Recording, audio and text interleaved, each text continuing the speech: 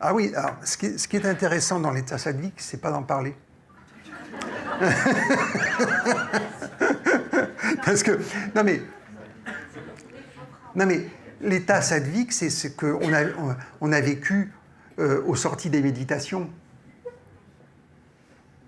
C'est l'état justement où tu n'as pas de questions sur les aspects rajasiques ou tamasiques, tu vois, parce que tu es dans l'état sattvique. C'est-à-dire que, en gros, on montre l'état comme un triangle, vous savez, avec en haut l'état sattvique, d'un côté tamasique et rajasique, c'est-à-dire, bon, yin-yang. Ouais, sauf que quand vous êtes dans l'état sattvique, les deux aspects sont équilibrés.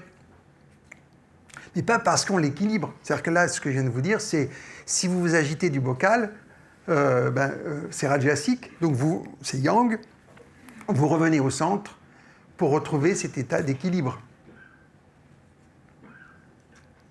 Et si vous êtes dans la paresse, ah, j'arrive pas, je peux pas pratiquer, j'ai pas le temps, ça va, comme ça, voilà, c'est tamasique.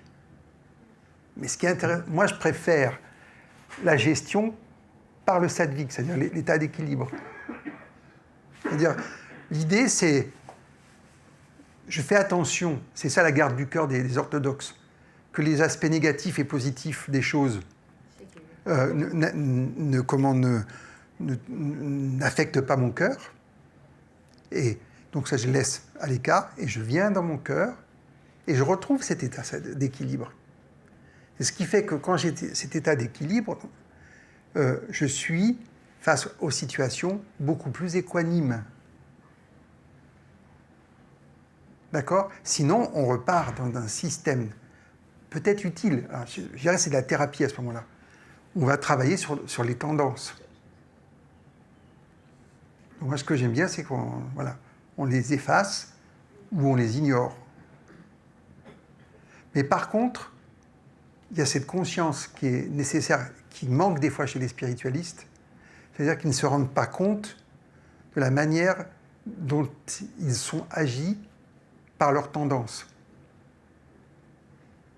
Alors je dis les spiritualistes, c'est nous tous, hein, donc voilà, on fait partie du lot. Et donc il faut aussi avoir conscience de la manière dont nous fonctionnons. Alors après, quand on sera comme Babaji, il disait c'est comme c'est. Après, dans l'Advaita, ils disent je suis celui qui est. Ça, c'est Dieu, hein, en général. On dit ça de lui.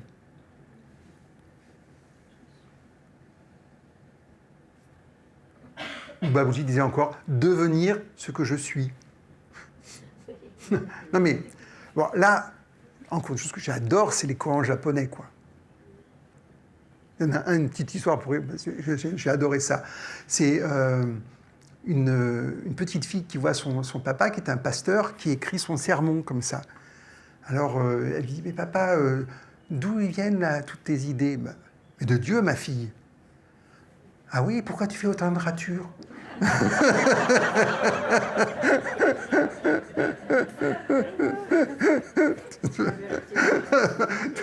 Mais, les courants japonais, je vous conseille, ça fait un bien fou. Voilà. Et là, il y avait un être réalisé comme ça, le courant japonais.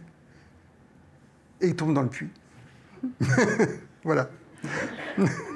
Alors, c'est fait exprès normalement pour que le mental ne puisse pas toujours accrocher. C'est pas parce que on fait attention par rapport au mental discursif, c'est-à-dire qu'on va chercher une logique, un truc comme ça, voilà.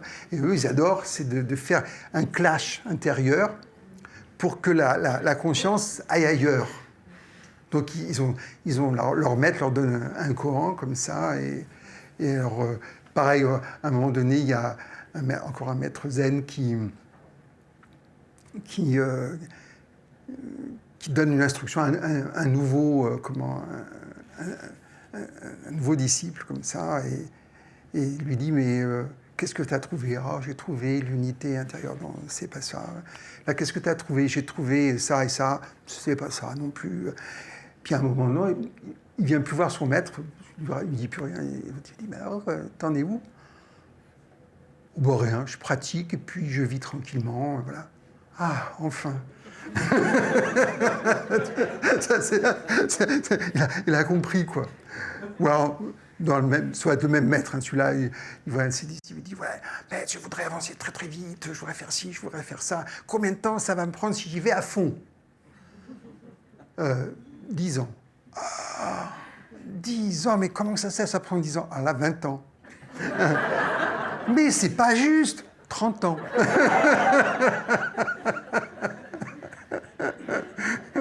Ouais. C'est intéressant, je trouve, toujours, c'est pour ça que l'humour est intéressant. C'est ces décalages, vous voyez, il faut faire du décalage avec nous-mêmes. C'est ça le truc. Avec les autres encore. Voilà, par exemple, j'avais un truc que j'aimais bien, c'était de Vos qui disait « Je n'ai rien à dire, c'est pas une raison pour me taire. » Voilà, c'est ça aussi. Voilà, ça fait du bien, vous voyez, ça... Voilà.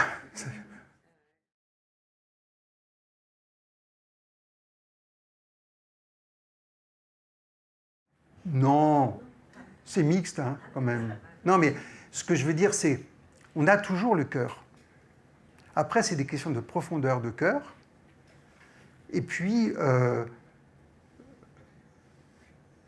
c'est pas blanc-noir, quoi. C'est ça, c'est ce qu'on voit, à chaque fois, on est spirituel, et puis en même temps, de temps en temps, on est très égotique. Alors, on est égotique flamboyant, des fois, mais franchement, voilà, c'est pour ça qu'on se comprend les uns les autres. Mais il faut faire l'effort d'aller vers le cœur. Enfin, l'idée, si ça vous intéresse comme idée, parce qu'il y en a qui vont méditer sur Ajna, d'autres sur le Tantien ou le Hara, qu'importe. Ce qui est important, c'est l'état qui émerge de ça. Le divin, j'ai bien aimé ce qu'a fait Alain, c'est la semaine dernière, où il fait méditer sur le vide de la cellule. Le divin, il est là aussi. Donc après, on est tous des étudiants. Alors plus ou moins avancés. Alors c'est intéressant, quand on est très avancé, c'est là où tu fais des constatations terribles, quoi. Parce que tu vois, il y a des tendances de fond qui apparaissent. On voit des trucs, mais on se dit, mais je croyais que j'en avais fini avec ça. Ben non, pas du tout. Donc là, humilité, parce que bon, on est submergé. Mais quand j'ai dit la tête, je parle aussi de comment... c'est une façon de distinguer le cœur et l'ego. Parce qu'à nouveau, dans la Dvaita Vedanta, ce qui est dit, d'ailleurs comme dans le chamanisme de Ho'oponopono, ils disent que la conscience ordinaire, donc la conscience, c'est lié au mental et à l'ego. Donc là, qu'est-ce qu'ils font? Ils font du tir sur l'ego et le mental. Alors c'est là où je ne suis pas tout à fait d'accord, parce que c'est quelque chose de... Le mental ou l'ego, ce n'est pas l'ennemi. C'est un outil qui est à notre disposition et qu'il faut qu'il soit juste à sa place. Quand l'ego est subjugué par le cœur, par l'amour, c'est un instrument extraordinaire. Sans ego, on va nulle part. Parce que c'est le véhicule de la volonté. Et le mental, sans le mental, déjà on ne s'écoute pas, et puis on ne peut pas méditer, puisqu'on amène la pensée vers la lumière divine dans le cœur, donc on utilise le mental. Alors, traduction, ça veut dire le mental discursif, résonnant, lui on le laisse de côté, pour laisser réellement la source du mental. Donc on va dire le mental supérieur, on va dire qui donne la sagesse discriminante, comme il disait, ou la pure conscience. Mais là encore, si on se dit tant que j'ai pas la pure conscience, ça va pas, mais rien que ça, c'est pas bon parce que c'est encore du mental discursif. C'est quelque chose qui vient, ça vient, c'est là. Et quand c'est là, on le reconnaît. Alors, un petit coup, pendant un certain temps, et de plus en plus souvent. C'est pour ça qu'on pratique le souvenir constant ou la présence, pour pouvoir être de plus en plus dans la présence par le cœur. C'est tellement agréable, ça fait tellement du bien, que ça vaut la peine. Puis de temps en temps, on fait « oups !» j'y suis plus. Ben, c'est l'occasion d'y retourner. D'accord? Donc c'est pas là le mental. Pareil, j'ai dit la tête, parce que souvent on dit que l'ego. Il y a deux centres de l'ego.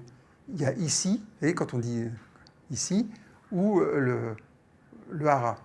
Ce sont deux centres où se situe l'énergie de l'ego.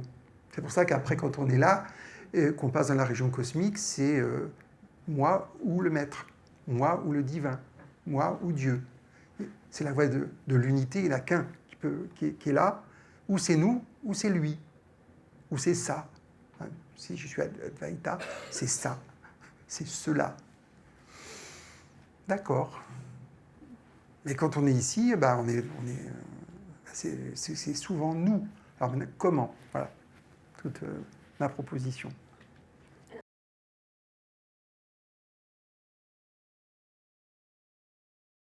Mais comment vous dire? Pour moi, l'état de profondeur, de connexion profonde, c'est comme en musique, la basse continue.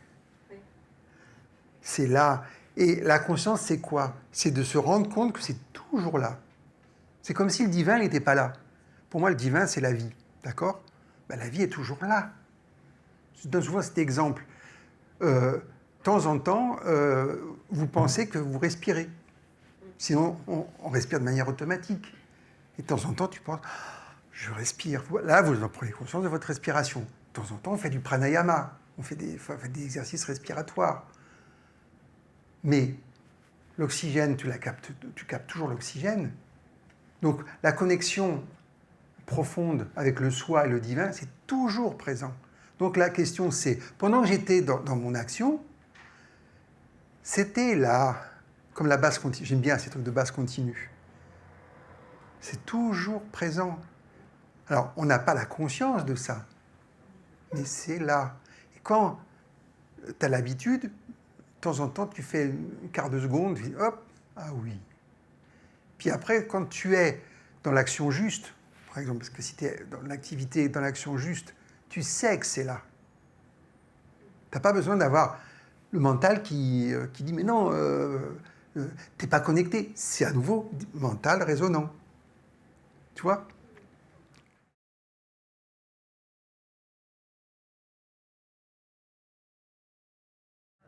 Alors non, on n'a pas besoin d'indignation pour agir. On a besoin d'être juste. C'est-à-dire que si tu sais ce qui est juste à faire, tu le fais. L'indignation, on va dire, c'est une forme d'alarme. Mais si vous voulez, on vit qu'à partir de l'indignation, c'est bip, bip, bip, bip, bip, bip, bip, bip, bip, sans arrêt, quoi. Et t'étais là-dessus, ça fait rien. Parce que t'es juste dans l'indignation. C'est pas que c'est faux, hein, cette indignation. Il n'y a pas de jugement par rapport à ça. Attends, si je veux être au moins actif pour résoudre ou participer à la résolution d'une indignation, voilà, je veux dire, il faut que je me mette à l'intérieur, que je sois juste et que je fasse l'action juste à partir de la pensée juste. D'accord? Donc là j'évite de te faire une réponse par rapport à l'Advaita. Ils vont te dire ce n'est qu'illusion, tout ça. Et ils vont dire, ben non, si je te dis ça, c'est pas bon, parce que je sais que c'est qu'une pensée, je dirais, scolaire, comme je la donne, comme ça. Mais eux, ils vont dire, non, quand vous êtes pris par les objets et les phénomènes de la vie, vous n'êtes pas avec la pure conscience, vous n'êtes pas avec le soi, clairement. Et donc, vous participez au chaos et à la confusion de ce monde. Et alors, il y a une autre façon de voir. Est-ce que ce qui se passe dans ma vie et dans le monde, ce n'est pas une opportunité, une bénédiction pour aller justement vers ce qui est vrai? La vérité, hein, ça te pade aussi loin. Vers ce qui est vrai, ce qui est juste. Donc, comment est-ce qu'on peut aussi contribuer à réparer ce qui se passe dans ce monde? C'est juste amener de la conscience, amener un équilibre. Parce que le problème, c'est que si on se met à lutter, on est dans le rajasique et le tamasique. On n'est pas équilibré. Ça ne veut pas dire qu'il ne faut rien faire. Il faut faire à partir du sattvique. Mais si on est dans l'indignation, on est ou la résignation, et c'est tamasique, ou la colère, et c'est rajasique. Est-ce qu'à partir de ces deux énergies, je suis efficace? Est-ce que je peux réellement faire quelque chose? Alors ça peut être un starter, mais ça ne peut pas être quelque chose qui nous nourrit, qui avance.